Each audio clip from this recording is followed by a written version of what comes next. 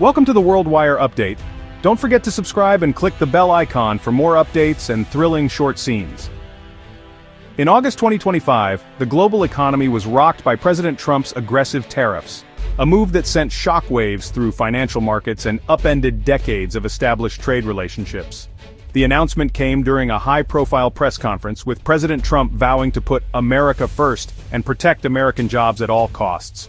The world watched as the U.S. government imposed sweeping tariffs on a wide range of imported goods, targeting everything from steel and aluminum to electronics and automobiles. The immediate reaction was one of uncertainty and anxiety, as investors scrambled to assess the potential fallout. This was a bold move to protect U.S. industries, especially those that had long complained of unfair competition from abroad. American factory floors, once quiet, began to buzz with renewed activity as companies anticipated a surge in demand for domestically produced goods. The administration argued that these measures would revitalize the heartland, bringing back jobs that had been lost to globalization and offshoring. These tariffs marked a significant shift in American trade policy, aiming to rejuvenate manufacturing by taxing imports from over 90 countries. Ports across the nation saw a dramatic slowdown as customs officers began enforcing the new rules, and importers scrambled to adjust their supply chains. For many U.S. manufacturers, the tariffs offered a rare opportunity to compete on a more level playing field, but for others, the increased costs of imported components threatened to squeeze profit margins. The administration's message was clear: renegotiate trade terms or face financial penalties. Behind closed doors, intense negotiations unfolded as foreign governments sought exemptions and American officials pressed for better deals. The White House insisted that these tough tactics were necessary to correct what it saw as years of lopsided agreements that disadvantaged American workers and businesses. Trump framed this as a battle for economic justice, claiming it would generate billions for the U.S. Treasury. Supporters hailed the tariffs as a long overdue correction, arguing that the revenue could be used to invest in infrastructure, education, and other priorities. The administration touted early signs of increased tax collections and pointed to a handful of companies announcing plans to expand domestic production. The strategy was to make foreign goods expensive, encouraging domestic purchases. Retailers quickly adjusted their marketing, highlighting Made in USA labels and promoting American brands. Some store shelves, however, began to look sparse as popular imported products became harder to find or significantly more expensive. For consumers, the new reality meant higher prices on everything from electronics to clothing, sparking debates about the true cost of economic nationalism. Critics warned of potential backlash, citing interconnected global supply chains. Many American companies relied on foreign parts and materials, and the tariffs threatened to disrupt production and raise costs across multiple industries. International partners, especially in Asia and Europe, braced for retaliatory measures, with some threatening their own tariffs on American exports. The risk of a full-blown trade war loomed large, with economists warning of possible job losses and slower economic growth. The tariffs were not just economic but geopolitical, challenging decades of international cooperation.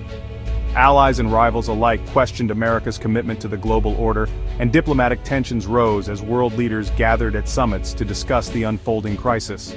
The U.S. found itself increasingly isolated, as countries formed new alliances and trade blocs in response to Washington's hardline stance. The world watched, uncertain of the outcome. Would the tariffs succeed in reviving American industry, or would they trigger a global recession? As markets fluctuated and headlines blared, one thing was clear: the America First trade war had set the stage for a new era of economic and political uncertainty, the consequences of which would be felt for years to come. The imposition of sweeping tariffs sent shockwaves through the global diplomatic community, straining relations with America's closest allies in ways not seen for decades. What had once been a foundation of trust and cooperation was suddenly under threat, as leaders who had long stood shoulder to shoulder now found themselves at odds over economic policy and national interests. The impact was felt most acutely by countries like Canada and the European Union, both of whom had long considered the United States not just a partner, but a friend. The sight of their flags flying together now seemed to symbolize a relationship in crisis, as new barriers threatened to unravel years of collaboration. For Canada, the sudden imposition of a 50% tariff on steel and aluminum was more than just an economic blow. It was a deep personal affront.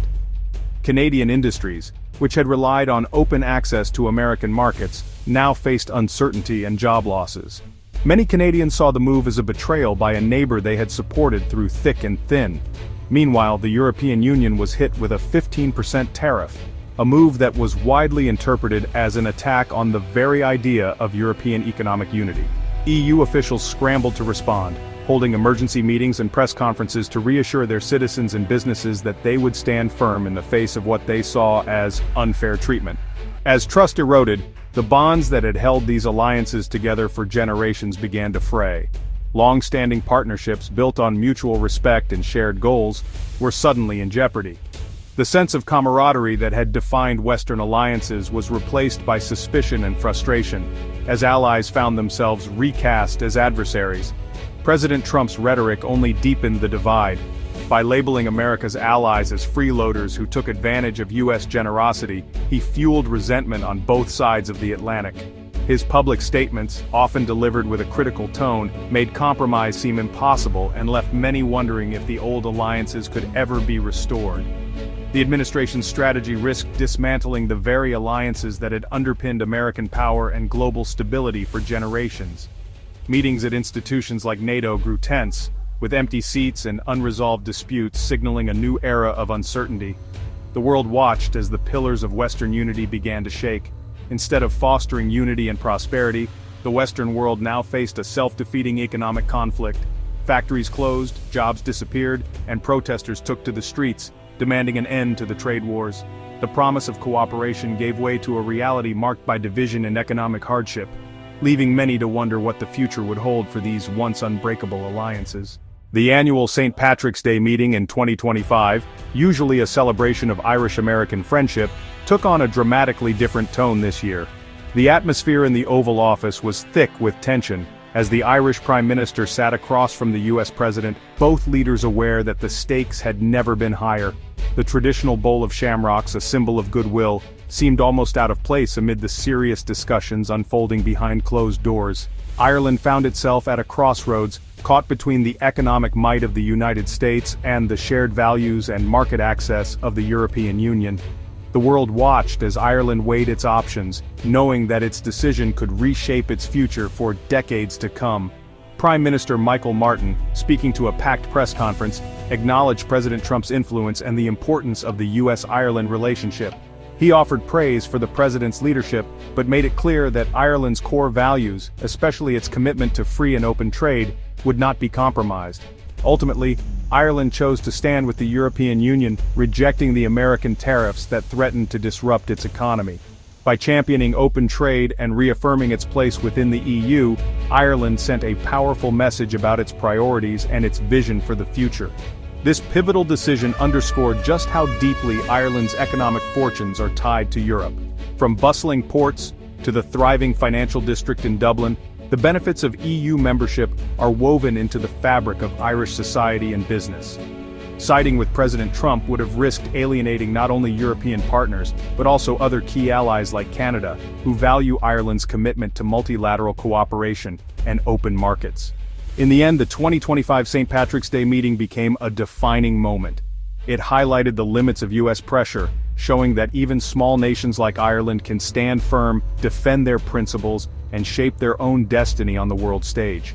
Canada and the EU retaliated against U.S. tariffs with their own. Canada targeted $51 billion in U.S. goods while the EU hit $28 billion. Their strategy aimed to inflict economic pain and pressure the U.S. domestically. Canadian and EU leaders criticized Trump's policies, highlighting rising costs for Americans.